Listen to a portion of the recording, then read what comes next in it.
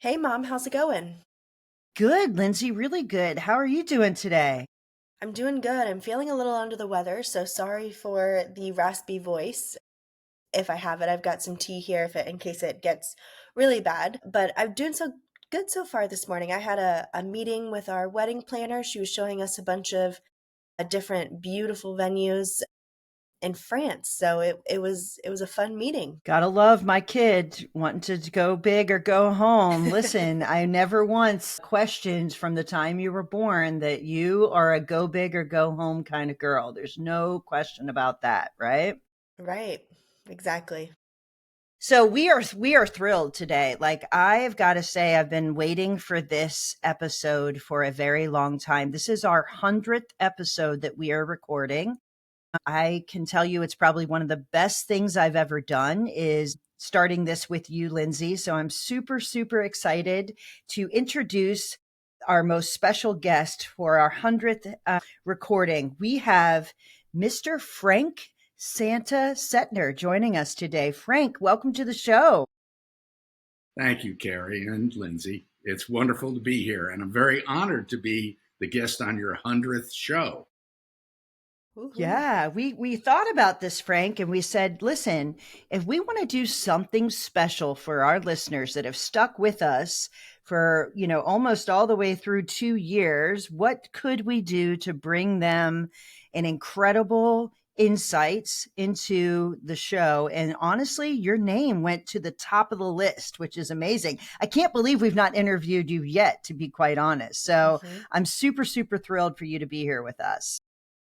And it's timely. It's my time of year, so I'm It looking forward to is. this. It is.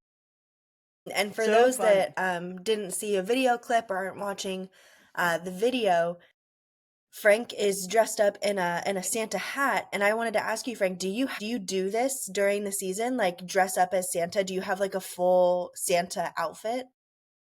Yeah, I've been doing it for 12 years. I I just love bought that. my third Santa suit.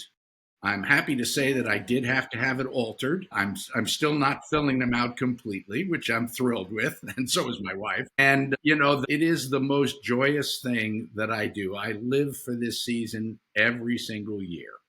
It is such a wonderful opportunity to interact with families and with kids. And I just wish there was some way I could do it with my own grandkids. We Yeah. went on Funny Well, I that was you the gonna say that. say, we went on the yeah, Essex my North Pole Express this past weekend, and there was another Santa on there, obviously. We don't want to spoil it for the younger of our granddaughters. mhm. She's 8 years old. And when he saw me, he said, I think you're my brother. And I said, yes, Oh, we're in the International Brotherhood of Real Bearded Santas.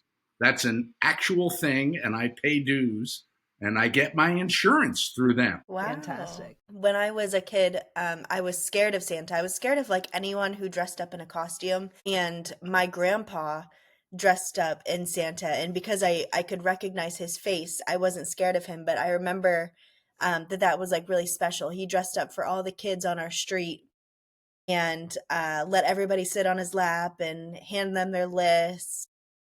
It was really cute and really fun. So I'm sure someday you'll find something special to do with your grandkids just like that. Sure Yeah. will. That's super awesome. So funny. Lindsay actually recognized, or at least, felt comfort in his face. But Morgan, on the other hand, screamed bloody murder and wouldn't look at him. And it was actually kind of funny because it was honestly one of her favorite people on the planet, but Yeah. she was terrified of him, which is kind of funny. So anyway, there are some of my favorite memories. I love that my dad did that. And I love that you do it too, Frank. So Hmm. I honestly think you're a really big gift to our industry. I know that our industry is inundated with all kinds of new technology. And for the average agent, I often think the first thing they get a ton of calls about are you selling? I want you to sell. Like, are you thinking about selling or whenever? And the second in their inbox and maybe their phone calls or solicitation is, would you like to use this technology? And it is a crowded and noisy space. But I think you have a mind where you've been able to look at our industry and help many different technology companies either make it or navigate their way through this. So for the people not listening who don't know who you are, can you just give a little bit of a background, how you've been involved? And then I'd like to dive in and do some rapid fire questions about technology, if you don't mind. No problem. In December, I'm beginning my 48th year in the insurance technology space, all of it focused on working either with independent insurance agents on their technology or working with insurance carriers to integrate to the agent's technology. I worked for a company back in the 70s, if you can remember, that was a long time ago, and helped to build their first policy and claims system. It was based on Accord Forms. Then I left and thought I was smart enough to create my own company and built a platform using the Accord AL3 data standard, which is what's used to do over 800,000 downloads of policy records every single day. And that system ultimately was acquired by Vertafore. They renamed it Sagita. And they acquired it. I started building it in 86. They acquired it in 95. And it is still running some of the largest insurance brokers in the world. Marsh MMA, what used to be BB&T, now Truist, USI, and lots of other smaller but still very large agencies. I believe that's a testament more to the intransigence of our industry than it is to any brilliance on my part, but my team did a great job. I left after the company was acquired and went out on my own and initially worked with a lot of corporates, mostly big brokers and insurance carriers. But in 2012-ish, I pivoted my consulting practice from fee for service to equity for service. And I did that specifically because I wanted to work with startups. And I knew they didn't have the money to pay my consulting fees, but they had equity. And, you know, I've been fortunate, and that is really, really good at saving money. And so we have money put away, and I don't need the day-to-day income. I'll just wind up paying it out in taxes. So this gives us an opportunity to have some upside potentially. And it also gives the technology companies some skin in the game. They're giving up something of value to them, so they value what I bring to the table. And now I'm on the board or advisory board for 9 startups. One successful exit, that was Tarmica, and gotten a couple of nice checks from that. And I'm hopeful that I'll be able to get some of my other startups over the finish line. They're mostly fairly small, early stage companies. All of them focused on the insurance agency, property and casualty agency technology space. So let me ask you, as you choose which ones you want to align yourself with or consult with, is there any commonality among those technologies? Because the reality is we all have finite amount of time, energy, and you know, nobody wants to spend time in something that they think is not going to make an impact or not necessarily be successful. From your perspective, what are the things that tie those together that made you choose those? Did you say 9 companies? 9. Yes. Well, obviously, the first thing is they have to be focused on the independent agent space, or at least the insurance distribution space. I have one startup that is more focused on MGAs and MGUs, but still distribution. Secondly, I don't work with competitors for obvious reasons. And thirdly, I need to be impressed with the founder's team. Okay. I'm looking to work with people. If the fit is right for my energy and their energy, I trust that I'll be able to help them get their technology products focused in the appropriate way. I'm really a product person. I don't do a lot of finance. I don't have a great number of contacts in the VC space. And I don't particularly love doing business development, although I've been in the business a long time, so I know a lot of folks, and I'm not adverse to using my connections to try to publicize what my startups are doing. But primarily, I'm focused on product market fit. As you know, Carey, and probably Lindsay as well, a lot of the folks who, quote, pivoted to the insurance space, they're technology folks. And they're really good at technology, but they don't necessarily know much about the insurance space. And so I can bring a depth of experience in working with independent insurance agents on solving their business problems and focus it on helping those startups really target their market. So, Frank, I got to ask, because this is something that we've talked about on plenty of podcasts before, is that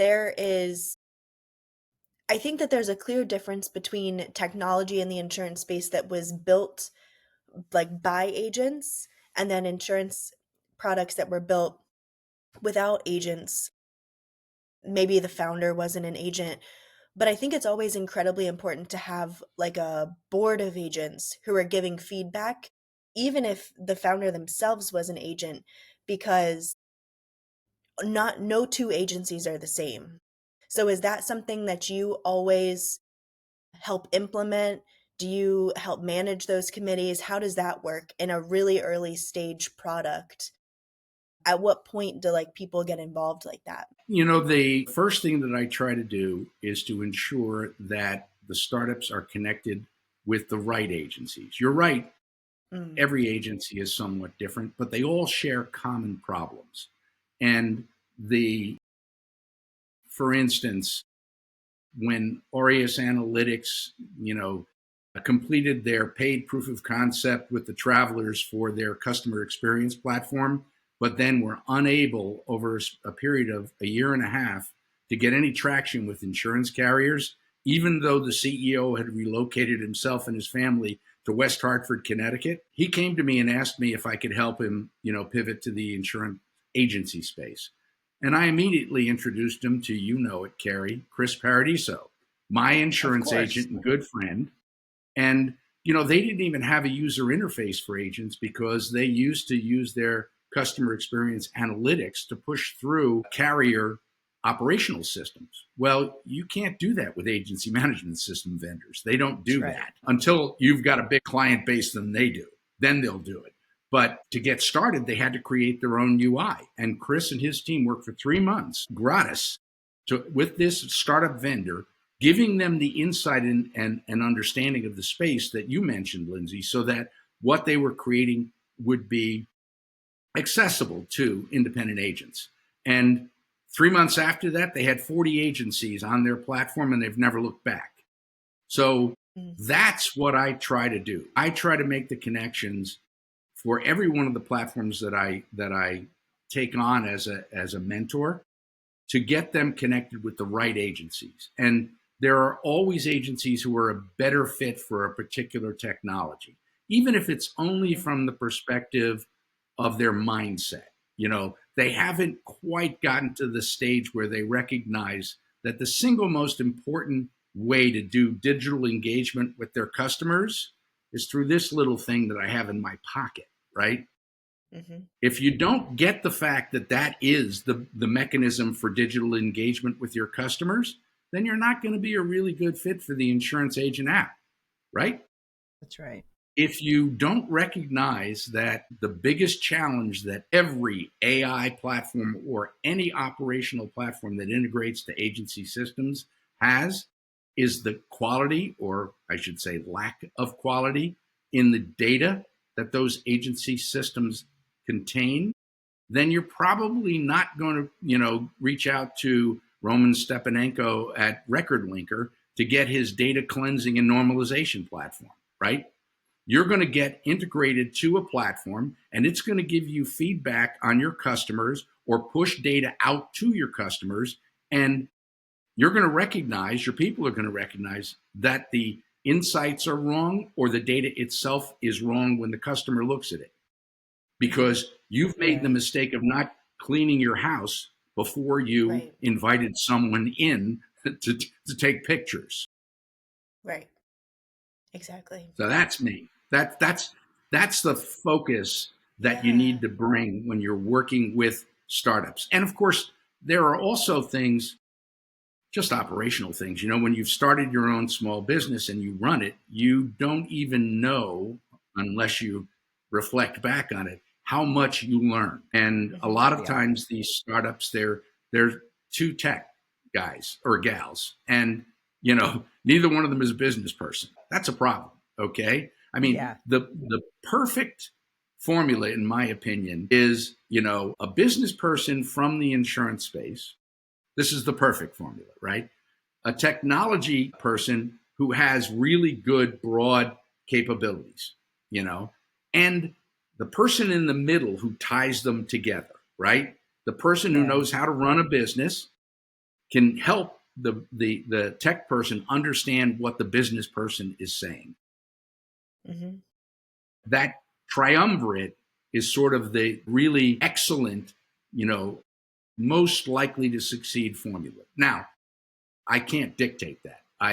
My startups and I work together, and I discover what they are and who they are. Okay, I can try to bring people in, and I do, but that's a sensitive issue, especially with founders. So Totally. that's how I go about the process. So Yeah. let's talk about technology in the industry. Let's do a because here's the reality. Independent agents have a blessing and a curse by the fact that they provide choice. They work with a ton of different carriers that all operate differently. There's customers that want to engage in different ways. And if you're not able to create an experience that works for your customer and also works for the partners that you're in, you're stuck in this inefficient situation. So I agree with you. The problems and challenges of this industry are common regardless of the agency that you're in. And in my opinion, the tech that actually either creates efficiency or um, removes some of that friction are the ones that actually are going to make a huge impact on the industry. That's my personal take. I agree. So tell me what you think are some predictions of technology that you see today in our industry that you think are going to make a huge, huge impact. Well, you know, I would be remiss if I didn't mention AI. Heck yeah.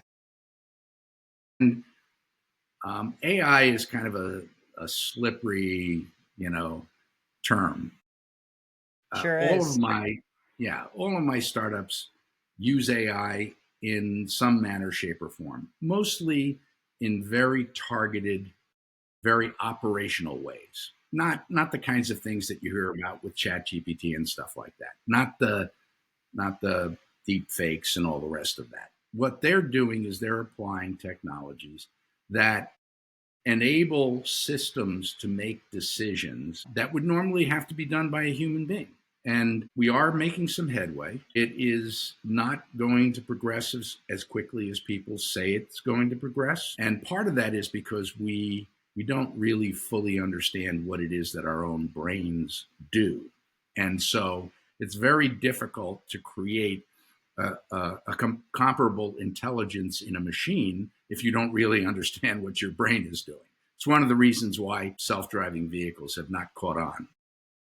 It's because we don't really realize how much we do when we're behind the wheel of it. Sort of the ideal circumstance is a machine human interface where the machine is complementing the skills and capabilities of the human. Give me an example of one that you think is making headway that might actually hit the Main Street agency. Give me an example of a technology right today that isn't Chat GPT, but is actually doing what we're talking about. Well, I mean, I mentioned Aureus Analytics before, and For what they're sure. doing is taking the data that resides in agency management systems. And if the agency is interested in paying for augmented data, they pull data off of the internet and they cleanse it and combine it with the data that's in the management system. And they then derive, insights from that data.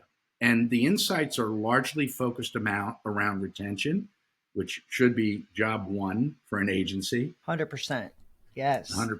And around upsell and cross sell, finding those holes in coverage or those opportunities for upsell and cross sell that an agency wouldn't necessarily notice. And they also do sentiment analysis. They have a trademark feature called Centimeter, which allows them to judge from the interactions what it is that the customer's experience has been.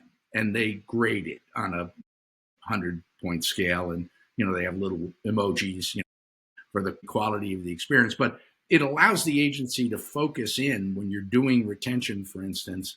You want to make sure that you get to those people that are unhappy fast. They're the ones you want to hit first, right?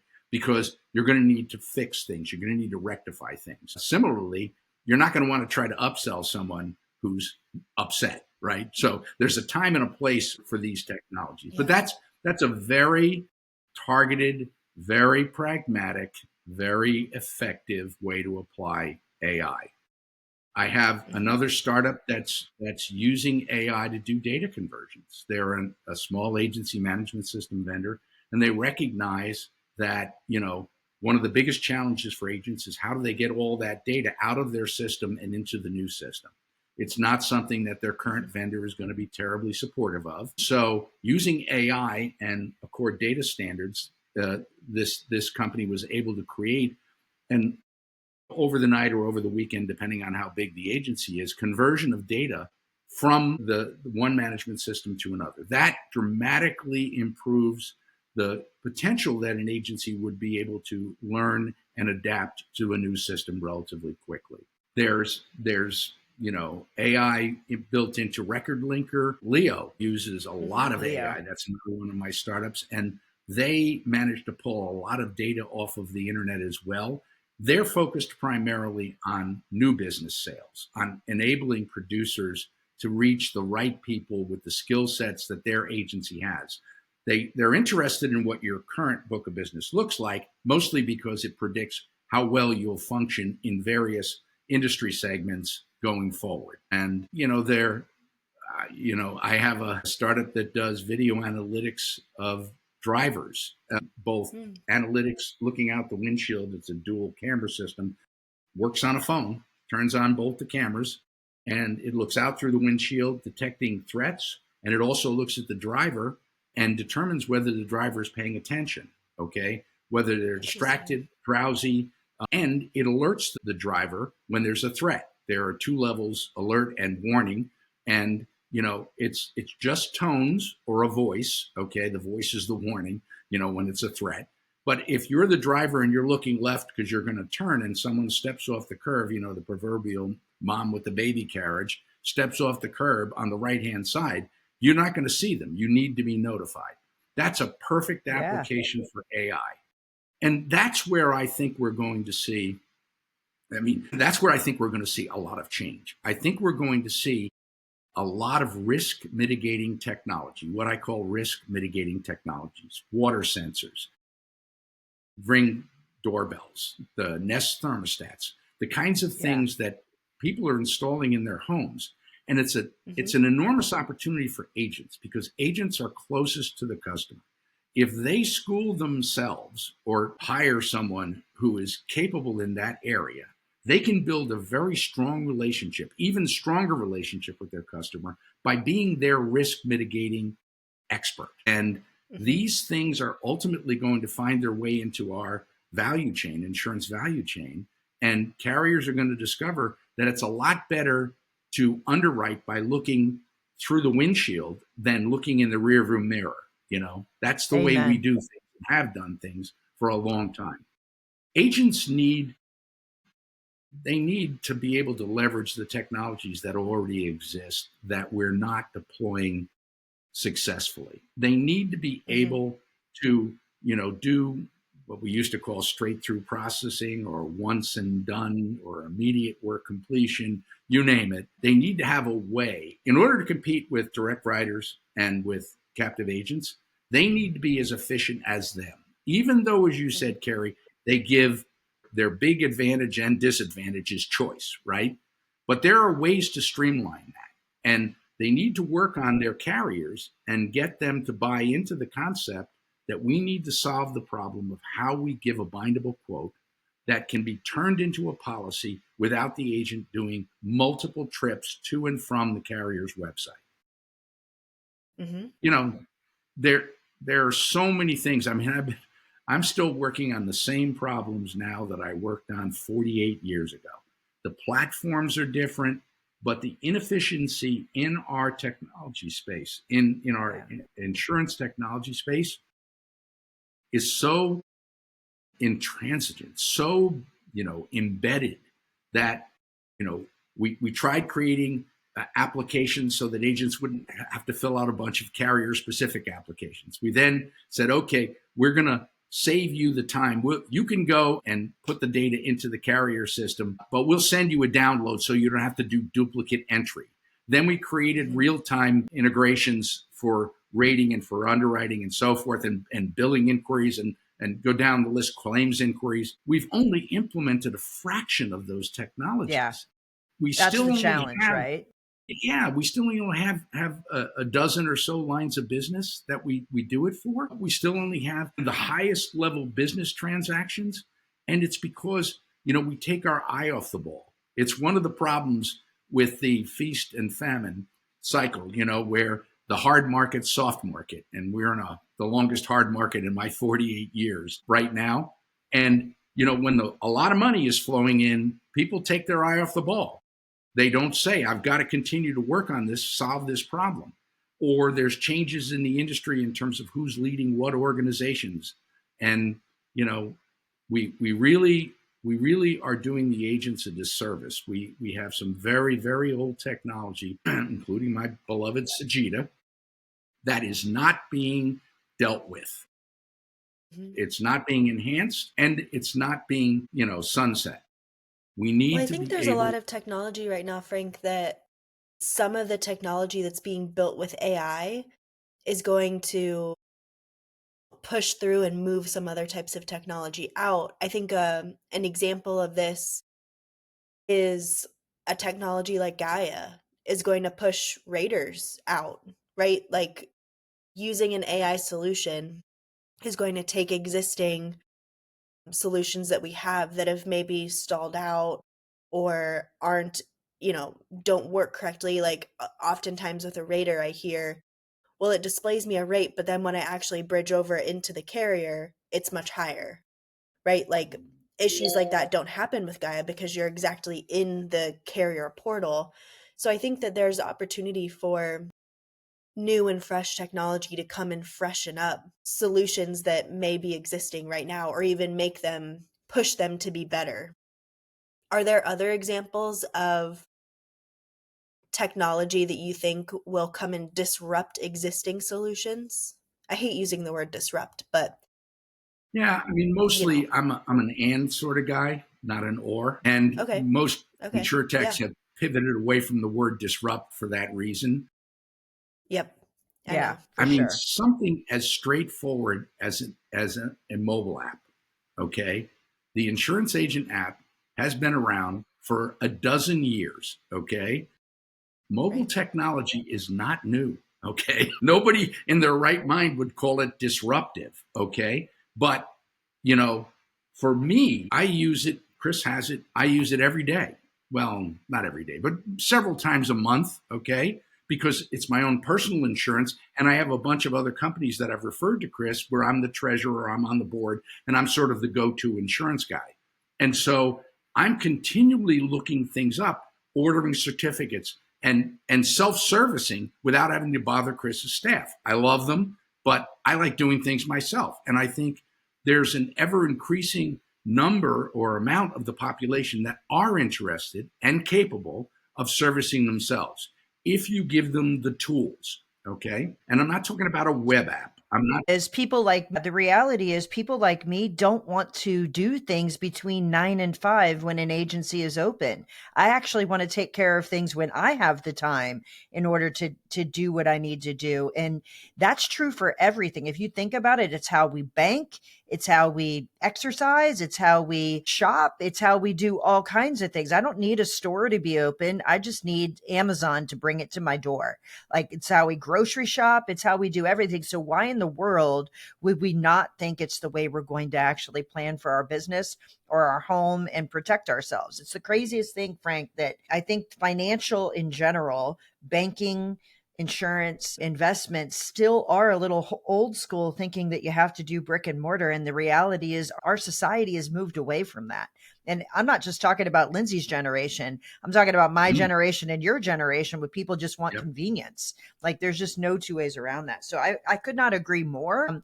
But what would you say to the agents? Because I can hear them in my ears that say, my customers don't engage with me that way? What would you say to those agents?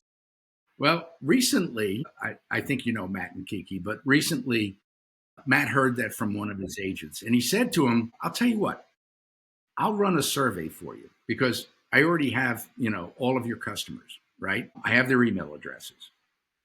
They were thinking about doing it, so they agreed to allow him to get access to data. He said, I'll create a survey for you and I'll send it out to your customers.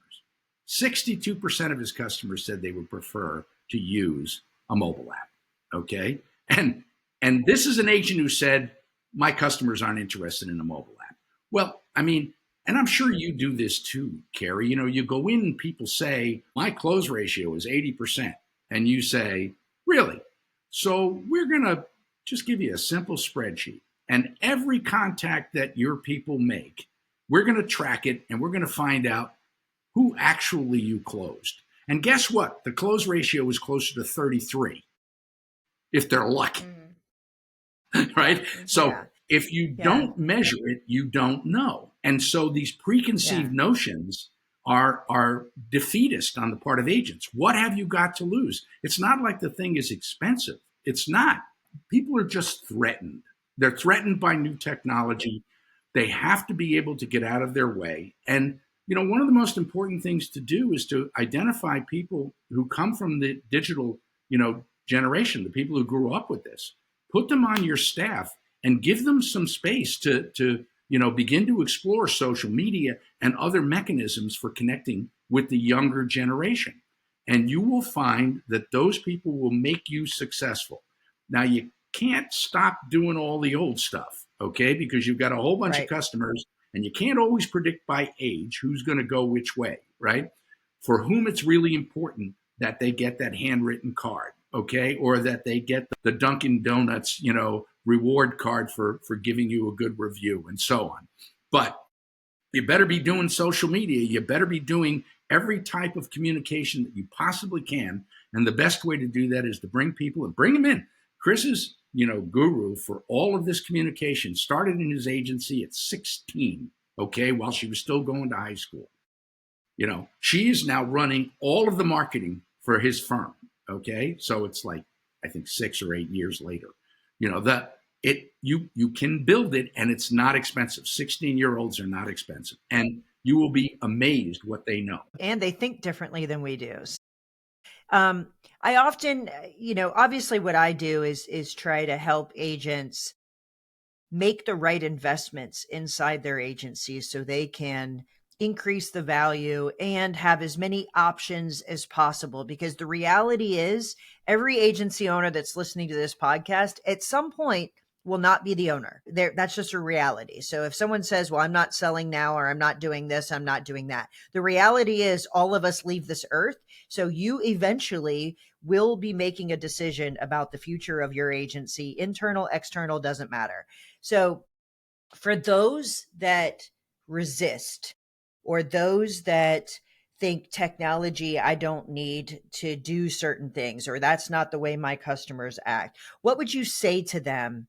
And what advice would you give to agents that want to do things the way they've always done it, Frank? Because you've been here for 40 some years. Like, tell me what advice you give to them. Well, it is difficult. And I have discovered myself that telling people who are very, very financially successful, and most independent agents are, that they don't really know everything there is to know about how to run their agency is a challenge. What I would do is I would ask them to ask their customers. As I mentioned with that return, 62% of people said they would like to have a mobile app. Just don't presuppose that you know everything. And don't presuppose that I know everything, okay? But God gave us 2 ears and 1 mouth so that we will spend twice as much time listening. So reach out and ask your customers. They will tell you what they need.